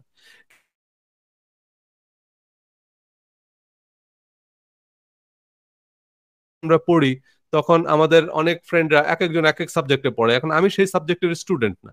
তো আমার অনেক ফ্রেন্ড আছে তারা মার্কেটিং এর, বা আমার ফ্যামিলি মেম্বারদের মধ্যে যারা মার্কেটিং এ পড়াশোনা করছে। সো আমি আনঅফিশিয়ালি তাদের কাছ থেকে মার্কেটিং এর প্রাথমিক ধারণাটা নিই। তারপরে হচ্ছে মার্কেটিং এর বিভিন্ন বই পুস্তক পড়ে। এরপরে আমি শেষে গিয়ে মার্কেটিং এ এমবিএ করছি। কিন্তু মার্কেটিং আমার অনার্স মাস্টার্স এর সাবজেক্ট না। আমি পড়ছি হলো ইন্টারন্যাশনাল রিলেশনস। তো এরকমই আপনি যে কারো কাছ থেকে শিখবেন। এমনকি এই যে আমাদের আমরা সবচেয়ে ভালো শিখতে পারি আমাদের বাচ্চাদের কাছ থেকে। প্রযুক্তির অনেক বিষয় তারা আমাদের থেকে অনেক ভালো জানে। সো তাদের কাছ থেকে আমরা এটা শিখে নিতে পারি। আমরা যদি মনে করি আরে তোমার থেকে আমি কম জানি নাকি? এইটা হচ্ছে আপনি আপনার জানার পথটা বন্ধ করে দিলেন। যেই কারো কাছ থেকে আপনি এই যে শেখার সুযোগটা হাতছাড়া করবেন না। তো এখন এরপর হচ্ছে আরেকটা গুরুত্বপূর্ণ জিনিস যেটা সেটা হচ্ছে ঝুঁকি নেয়া। স্টিভ জবসের আরেকটা গুরুত্বপূর্ণ উপদেশ যেটা সেটা হচ্ছে ঝুঁকি। এই যে জবস তার নতুন পণ্যের প্রসারের জন্য অনেক ঝুঁকি নিয়েছিলেন। তিনি আইফোন বাজারে আনার সময় অনেকেই তাকে নিরুৎসাহিত করে, কিন্তু তিনি ঝুঁকি নিয়ে অগ্রসর হয়েছিলেন এবং তাতে তিনি সফল হন। একজন উদ্যোক্তা হতে চাইলে আপনাকে ঝুঁকি নিতেই হবে। জীবনে সঠিক সময়ে ঝুঁকি না নিতে জানেন, তবে আপনার সফলতা একটু দেরিতেই আসবে। আত্মবিশ্বাসী মানুষজন খুব সহজেই ঝুঁকি নিতে পারেন দ্রুত সঠিক সিদ্ধান্ত। কারণ তারা নিজের উপর আস্থা রাখেন এবং এই গুণটি তাদের সফল করে তোলে। দেখুন, প্রথম কথা হচ্ছে ঝুঁকি। ওই যে বললাম আমাদের জীবনে একটা জিনিস যেরকম অবধারিত সেটা হচ্ছে দুঃখ। ঠিক একই রকমভাবে আমাদের জীবনে অবধারিত আরেকটা জিনিস হচ্ছে ঝুঁকি। আপনি যখন একজন উদ্যোক্তা হতে চাইবেন, সেটা যাই হোক, আপনি একটা চাকরি নিতে চাইবেন সেখানেও কিন্তু আপনার ঝুঁকি আছে। সো কথা হচ্ছে আপনাকে ঝুঁকি নিতেই হবে, এবং অনেক সময় ঝুঁকি না নেওয়াটা হচ্ছে সবচেয়ে বড় ঝুঁকিপূর্ণ। যে আপনার সেখানে লোকসান হতে পারে এই চিন্তা করে আপনি সেখানে বিনিয়োগই করলেন না, আপনি সেই উদ্যোগটাই নিলেন না। হ্যাঁ, কারণ ঝুঁকি তো আছেই। কারণ হচ্ছে সেটা হচ্ছে এই যে অ্যাপল যখন আইফোন লঞ্চ করে তখন বহু মানুষই বলছে যে এটা একটা ফেইল্ড প্রজেক্ট হবে। টেসলা যখন তাদের এই ইলেকট্রিক কার বাজারে ছাড়ে তখন অনেকেই বলছে যে না, it's not gonna be successful. এবং ইভেন ইলন মাস্ক তার নিজের একটা সাক্ষাৎকারে বলছে যে না, টেসলা সফল হবে এটা আমি কখনোই চিন্তা করিনি। এবং সে ধরে নিয়েছিল যে টেসলা একটা ফেইল্ড প্রজেক্ট হবে, এবং টেসলাকে সে একটা পাইলট প্রজেক্ট হিসাবে বিবেচনা করছে। যে টেসলা যখন ফেল করবে দেন সেই ফেইলুয়ার থেকে সে কিছু লেসন নেবে আর কি, মানে সেটা তার একটা রিসার্চ প্রজেক্ট, যে প্রজেক্টটা কেন ফেল করছে, দেন হয়তো সে একটা সাকসেসফুল গাড়ির ব্যবসা তৈরি করতে পারবে। কিন্তু টেসলাকে কিন্তু সে একটা এক্সপেরিমেন্ট হিসেবে নিয়েছিল। এবং স্টিভ জবস নিজের মানে ইলন মাস্ক নিজের একটা ইন্টারভিউতে বলছে যে টেসলা সাকসেসফুল হবে এটা আমি আশাই করিনি, এটা আমি বিবেচনাই করিনি কখনো। এটা জাস্ট আমার একটা প্রজেক্ট ছিল, এটা আমার একটা পরীক্ষা ছিল। কিন্তু টেসলা মানে রীতিমতো গাড়ির ইন্ডাস্ট্রিটাকে রীতিমতো রেভলিউশনাইজ করে ফেলছে। ইনফ্যাক্ট টেসলা কিন্তু বড় কোনো মার্কেটিং বাজেটও করেনি। আপনি যদি দেখেন টেসলার মার্কেটিংটা কিন্তু আপনার টেসলা ওই এইরকম আপনার বিভিন্ন বড় বড় গাড়ির কোম্পানির মতো তাদের কিন্তু ওইরকম কোনো মার্কেটিং ক্যাম্পেইন নাই, বড় রকমের মার্কেটিং ক্যাম্পেইন দিয়ে তারা মার্কেটে আসেনি। হ্যাঁ। সো টেসলা সাকসেসফুল হবে এটা তারা মনেও করেনি। তো অনেকেই তাকে বলছিল যে না, এটা সাকসেসফুল হবে না, ইলেকট্রিক কার বিক্রি হবে না। কারণ অনেক রকমের লিমিটেশনস আছে এখনো পর্যন্ত, কারণ সব জায়গায় ইলেকট্রিক গাড়ি চার্জ দেওয়া যায় না, নানান রকমের জটিলতা আছে। সো এরকম অনেক প্রজেক্ট ফেল করছে। এর আগেও অনেক বড় বড় গাড়ি কোম্পানি ইলেকট্রিক গাড়ি বাজারে ছাড়ছে এবং তারা ফেল করছে। অ্যাপলের আগেও আপনার এরকম ডিভাইস ছিল, কিন্তু স্মার্টফোন, এই যে আমরা এখন টাচ স্ক্রিন ফোন যেগুলো বলতেছি, এরকম ডিভাইস অ্যাপলের আগেও ছিল, কিন্তু অ্যাপলের টাইমিংটা ভালো ছিল।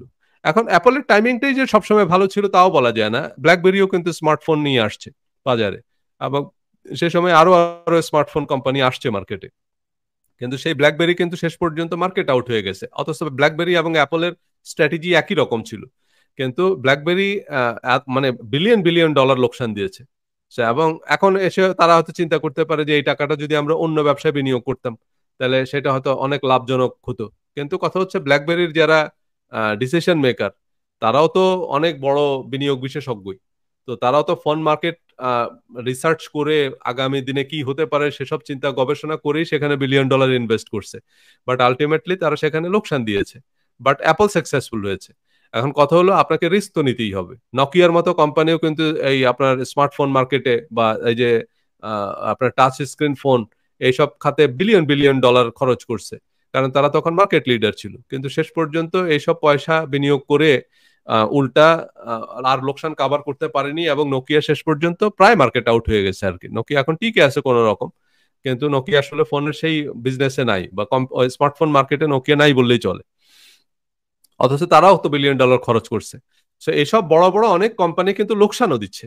সো সবসময় যে তাদের প্রফিট হচ্ছে তা না, বড় বড় কোম্পানিগুলো লোকসান দিচ্ছে। সুতরাং আপনি লোকসান দিচ্ছেন বা লোকসান হতে পারে, এই ঝুঁকি সবসময় বিজনেসে থাকবে। বিজনেস যে পর্যায়ে থাকুক, বড় ব্যবসা হোক ছোট ব্যবসায় হোক, সো ঝুঁকি আপনাকে নিতে হবে। সো বাট ক্যালকুলেটিভ ঝুঁকি, ঝুঁকি আবার স্টুপিডিটি না। মানে ঝুঁকি নেয়ার নাম করে আবার ওরকম কোনো অদ্ভুত ডিসিশন নেওয়া যাবে না। এরপর হচ্ছে যেটা, সেটা হচ্ছে ভিন্ন ভিন্ন বিষয়ের মধ্যে সংযোগ তৈরি করা, তাই না? আপনার এই একটা ঘটনা, ওই যে বললাম এভরিথিং হ্যাপেন্স ফর রিজন, প্রত্যেকটা জিনিস কোনো না কোনো একটা কারণে ঘটে। সো সেগুলোর সাথে সংযোগ তৈরি করতে জানতে হবে, তাই না? স্টিভ জবস তার বিখ্যাত সমাবর্তন বক্তৃতায় বলেছিলেন, বিভিন্ন বিষয়কে যুক্ত করাই হচ্ছে সৃজনশীলতা। স্টিভ জবস ক্যালিগ্রাফি শিখেছিলেন, কিন্তু তখনও তিনি জানতেন না যে এটা তার কোনোদিন কাজে লাগবে, তাই না? উনি একটা আপনার একটা কোর্স করছিল ক্যালিগ্রাফির উপর আর কি। তো এবং আপনার এই যে ক্যালিগ্রাফির কোর্স যখন বানায়, ক্যালিগ্রাফির কোর্স আমাদেরকে মাদ্রাসায় পড়াইতো, মানে আমরা যখন মাদ্রাসায় পড়তাম 3 or 4 এর দিকে এরকম একটা কোর্স পড়াইতো। সে কোর্সের নাম ছিল নেকতাহারির। ওই যে বাঁশের কলম দিয়ে হচ্ছে যে কালির মধ্যে চুবিয়ে তারপর হচ্ছে আর্ট ওয়ার্ক আর কি, মানে ক্যালিগ্রাফি মানে হচ্ছে সহজ কথা হচ্ছে আর্ট ওয়ার্ক। সো ওইটাতে হাতের লেখা সুন্দর হয়।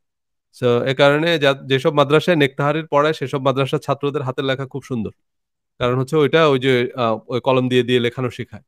সো স্টিভ জবস এরকম ক্যালিগ্রাফির একটা কোর্সে ভর্তি হয়েছিল, এবং তখন উনি জানতেন না যে কোর্স ওনার কি কাজে লাগবে, বাট উনি কোর্সে ভর্তি হলেন। কিন্তু পরবর্তীতে যখন ওনারা ম্যাকিনটশ কম্পিউটার ডিজাইন করে, তখন এই এই এই টাইপো, মানে এগুলা তখন টাইপোগ্রাফি, এই যে সুন্দর সুন্দর বিভিন্ন আমরা ফন্ট লোগো দেখি না, লোগোর মধ্যে কি সুন্দর করে একটা লেখা থাকে, সো এগুলো হচ্ছে ওই টাইপোলজি দিয়ে করে।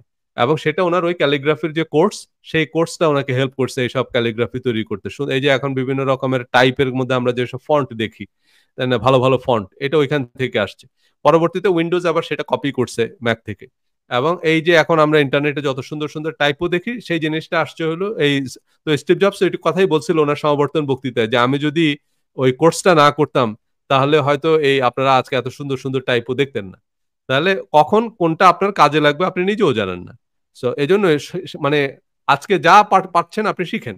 একটা এই যে আজকে এতগুলা কথা আমরা বললাম, এর অনেক কিছুই আপনার মনে থাকবে না, কিন্তু আপনার অবচেতন মন বা আপনার ব্রেনের কোনো একটা জায়গায় এই ইনফরমেশন গুলো, এই অ্যাডভাইস গুলো, বা এই যে স্টিভ জবস যে কথাগুলো বললেন, এগুলো আপনার মাথায় এক জায়গায় থেকে যাবে। হঠাৎ করে কোনো এক সময়, প্রয়োজনের সময় দেখবেন চট করে আপনার মাথা থেকে ওই একটা আইডিয়া চলে আসছে, আর সেই idea back by this information, কারণ এটা আপনার মাথায় আছে। এখন আপনি হয়তো স্পেসিফিক জানেন না যে এইটা আপনি কোথায় শিখেছেন, এইটা হয়তো আপনি ভুলে যাবেন। আমরা আমাদের জীবনে চট করে অনেক ডিসিশন নিই। এখন এইসব ডিসিশনের পিছনে আমাদের যে মোটিভেশন, কিছু ইনফরমেশন আমাদের মাথায় আছে, আর সেটা হয়তো আমরা আমাদের ছোটবেলায় কোনো এক টিচারের ক্লাসে শিখেছি, কোনো একটা বইতে পড়েছি, কোনো একটা টিভি শোতে দেখেছি। কিন্তু সেইটা আমাদের মনে নাই, কিন্তু আমাদের মাথায় ইনফরমেশনটা আছে, আমাদের মাথায় সেটার ভিত্তিতে আমরা একটা ডিসিশন মেক করতে পারি এবং ভালো ডিসিশন নিই। সো আপনি যখন যা সুযোগ পাই, আমরা যা শিখি, সেটা কোনো না কোনো একটা জায়গায় আমাদের কাজে লাগবে। সো তখন হয়তো আমরা পিছনে ফিরে দেখতে পারি যে হ্যাঁ, আমি ওই সময় ওই জিনিসটা পড়ছিলাম, ওই জিনিসটা থেকে এখন আমার এটা কাজে লাগছে। সো এটা হচ্ছে গিয়ে গুরুত্বপূর্ণ বিষয়। তো এখন আসেন এই যে সফল, এরপরে আরেকটা গুরুত্বপূর্ণ অভ্যাস যেটা, সেটা স্টিভ জবস খুব গুরুত্বপূর্ণ পরামর্শ দিয়েছেন, সেটা হচ্ছে সফল মানুষদের পাশে থাকুন। আমাদের আশেপাশের মানুষের কথার প্রভাব আমাদের জীবনে পড়ে। আপনার চারপাশের সফল মানুষ থাকলে আপনি ভবিষ্যতে সফল হতে সহযোগিতা পাবেন। আর অনেক বেশি আত্মপ্রত্যয়ী, কৌশলী, সৃজনশীল হতে পারবেন। যেহেতু সফল এবং ইতিবাচক মানুষ, এই কারণেই আমাদের যেটা থাকতে হবে সেটা হচ্ছে যে সফল মানুষদের থাকতে হবে। এই যে স্টিভ জবস যেটা করতেন সেটা হচ্ছে স্টিভ ওজনিয়াক, টিম কুকের মতো সফল মানুষদের সাথে উঠা বসা করতেন, এবং ফলে তিনি তার জীবনের সফলতার পথটা অনেক সহজ হয়ে গিয়েছিল আর কি।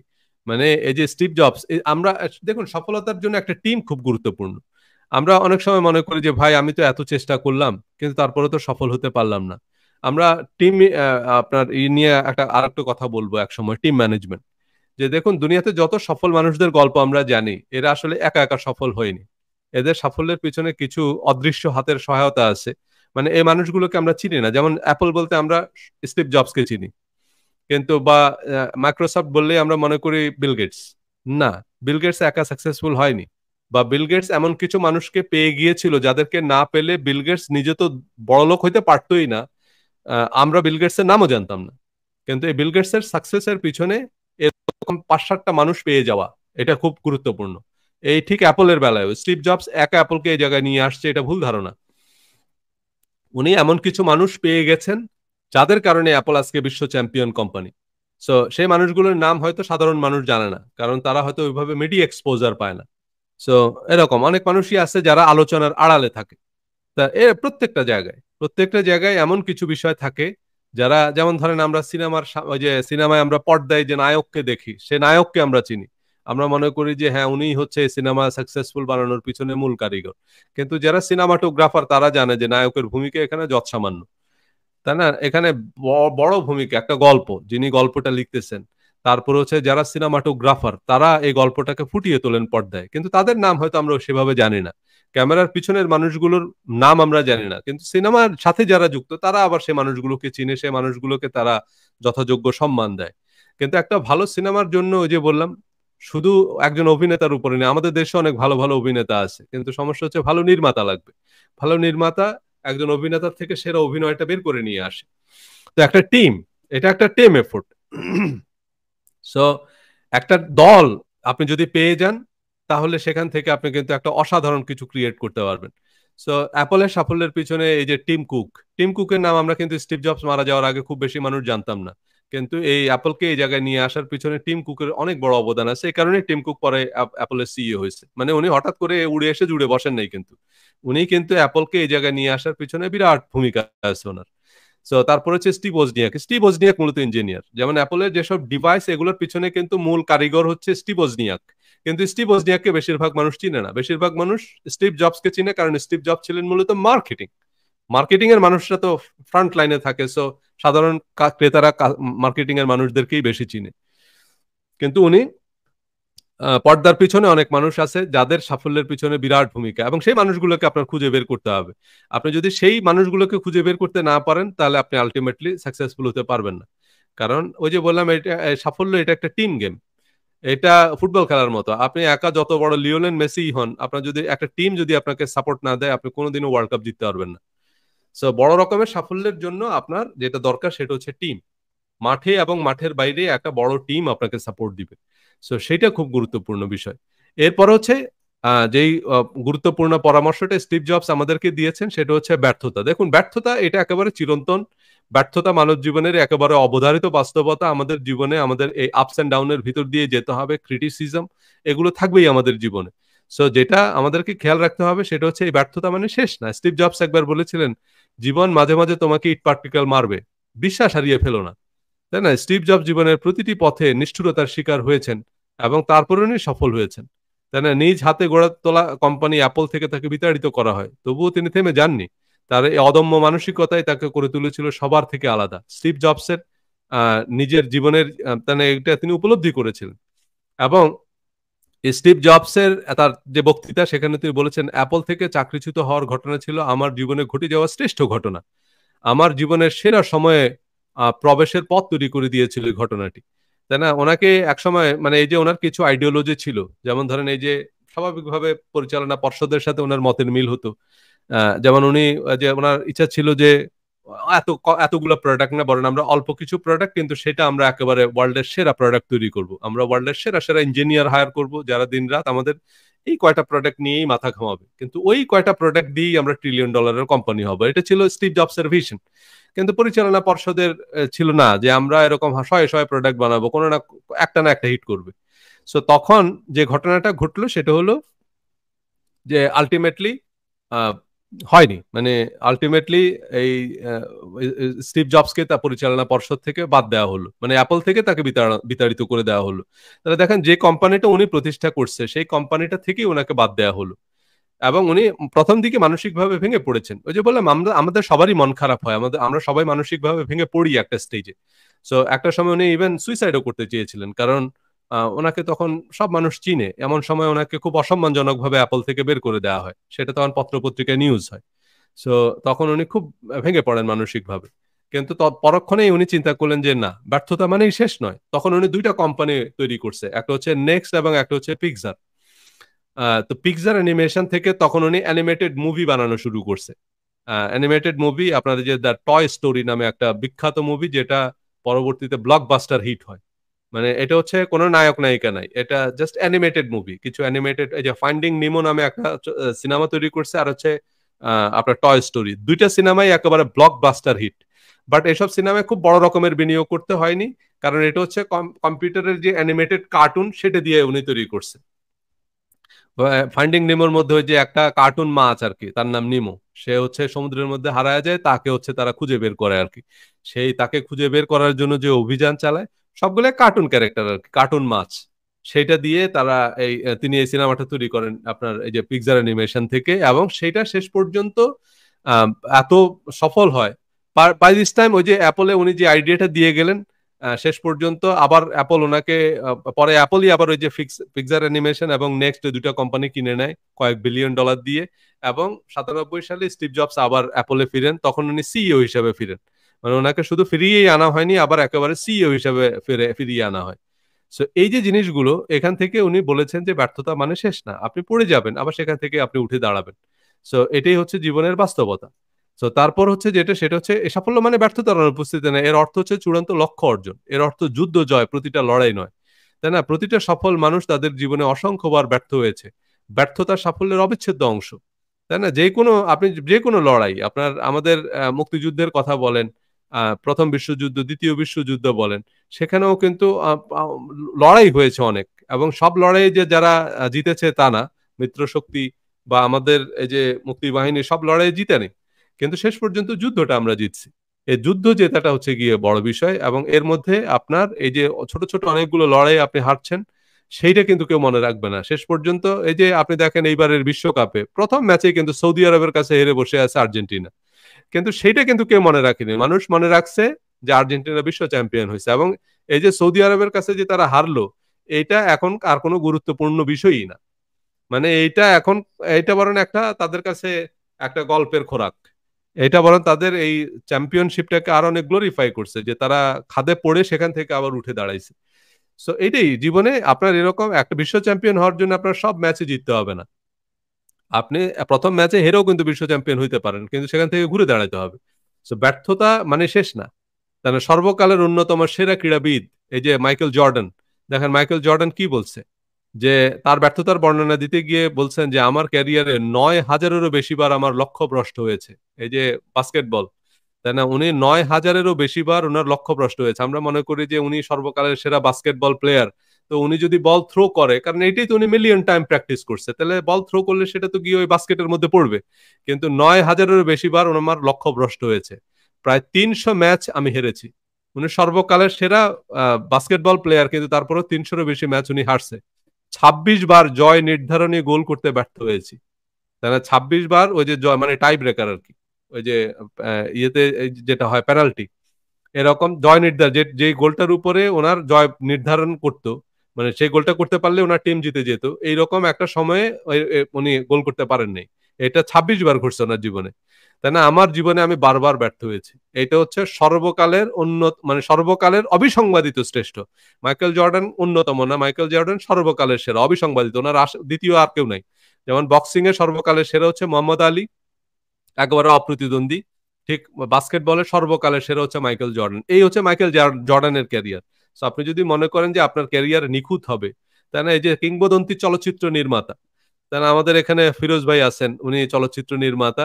ওনার জন্য এটা একটা ইন্সপায়ারিং স্টোরি হবে। তাই না? দেখেন কিংবদন্তি চলচ্চিত্র নির্মাতা স্টিভেন স্পিলবার্গ, উনি ২ বার ইউনিভার্সিটি অফ সাউদার্ন ক্যালিফোর্নিয়ার ফিল্ম স্কুলে ভর্তির আবেদন করেন এবং ২ বারই তিনি ব্যর্থ হন। মানে সাউদার্ন ক্যালিফোর্নিয়ার যে ফিল্ম স্কুল, সেটা ওয়ার্ল্ডের খুব বিখ্যাত ফিল্ম স্কুল, এবং সেখানে ভর্তির আবেদন করে উনি প্রত্যাখ্যাত হন ২ বার। ওনার আবেদন রিজেক্ট করে দেয়।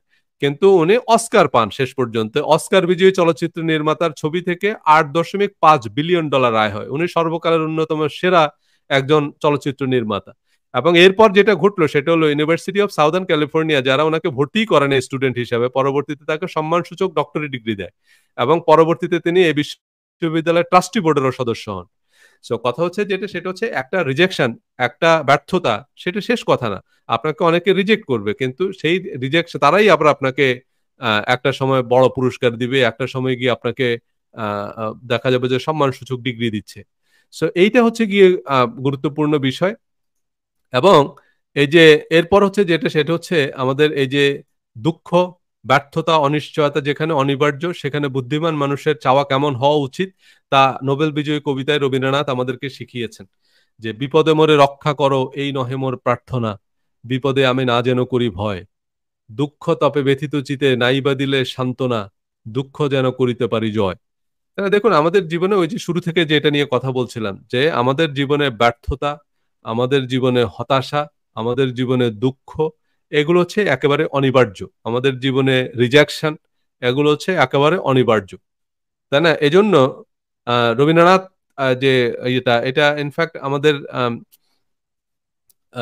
ইয়েতেও আছে, সব ধর্মের মানুষরাই এই মন্ত্রটা আছে ভিন্ন ভিন্ন ফর্মে, তাই না? বিপদে মোরে রক্ষা করো, এই নহে মোর প্রার্থনা। মানে আপনি এটা যদি প্রার্থনা করেন যে আমাকে বিপদ থেকে রক্ষা করো, সেই প্রার্থনা কোনোদিনই কবুল হবে না। কারণ সেটা কবুল হয়নি। যেমন অনেকে বলে যে আচ্ছা ফিলিস্তিনিরা তো ভাই মুসলমান, তো কথা হলো তো আল্লাহর কাছে তারা এত দোয়া করতেছে, কাবায় দোয়া হচ্ছে, মদিনায় দোয়া হচ্ছে, মসজিদে মসজিদে দোয়া হচ্ছে, তো ফিলিস্তিনিদের ভাগ্য বদলাচ্ছে না কেন? কথাটা হচ্ছে যেটা, সেটা হচ্ছে এটা এটা এটা আল্লাহর পৃথিবীর নিয়ম, এটা এটা প্রকৃতির বিধান, তাই না? মানুষের জীবনে এই দুঃখ, দুর্দশা, হতাশা, এই অচল অবস্থা থাকবে। মানুষ এই মানে নিপীড়ন, নির্যাতন এসবের ভিতর দিয়েই মানুষ যাবে। কিন্তু যারা সফল মানুষ, তারা যেটা করে সেটা হচ্ছে তারা এই বিপদে রক্ষা করো এই প্রার্থনা করে না, বিপদে আমি না যেন করি ভয়, তাই না? এই বিপদ থেকে যেন আমি নির্ভয় থাকি। দুঃখ তবে ব্যথিত চিত্তে নাইবা দিলে সান্ত্বনা, সান্ত্বনাটা দরকার নেই, কিন্তু আমি যেন দুঃখ যেন করিতে পারি জয়। তাহলে এটাই হচ্ছে সফল মানুষদের মন্ত্র, যে না পরিস্থিতি যাই হোক, আমি যেন আমার সেই দুঃখটাকে জয় করতে পারি, আমি যেন ওভারকাম করতে পারি, সেটা হওয়া উচিত আমাদের জীবনের লক্ষ্য, আমাদের জীবনের মন্ত্র। সো এই 7টা গুরুত্বপূর্ণ আহ, পরামর্শ দিয়েছেন আমাদেরকে স্টিভ জবস। আমরা এই 7টা গুরুত্বপূর্ণ থেকে জানলাম যে আমাদেরকে আসলে বিভিন্ন পরিস্থিতিতে, কারণ পৃথিবীতে যত সফল মানুষ আছে তাদের আমরা যদি লিস্ট দেখি, তাহলে আমরা দেখব যে পৃথিবীতে যত বড় বড় সফল মানুষ আছে তাদের জীবনে ব্যর্থতার পরিমাণ বেশি। এ কারণে কোকা কোলার সিইও একসময় বলছিল যে আপনি যদি সফল হতে চান তাহলে আপনার ব্যর্থতার পরিমাণ বাড়ান। যত বেশি ব্যর্থ হবেন, মানে যত বেশি ম্যাচে আপনি 0 রানে আউট হবেন, বা যত বেশি ম্যাচে আপনি খারাপ পারফর্ম করবেন, তত আপনার সাকসেসফুল ম্যাচের পরিমাণ কিন্তু বাড়বে। কারণ ওই যে বললাম, কোনো একটা ম্যাচে আপনি ভালো পারফর্ম করবেন, সো আপনার উইনিং ম্যাচ, সেটা কিন্তু আপনার পরিমাণ বাড়তে থাকবে। যত বেশি আপনি ব্যর্থ হবেন, ব্যর্থতার পরিমাণ বাড়ান। কিন্তু আপনি যদি ব্যর্থ হতে পারেন এই আশঙ্কায় কাজই না করেন, তাহলে তো আপনি ব্যর্থ হয়েই বসে আছেন। সো এজন্য আমাদেরকে এই বাস্তবতাগুলো মেনে নিয়ে আমাদেরকে ওভারকাম করতে হবে। সেটা ইতিবাচক চিন্তার মাধ্যমে আমরা ওভারকাম করব।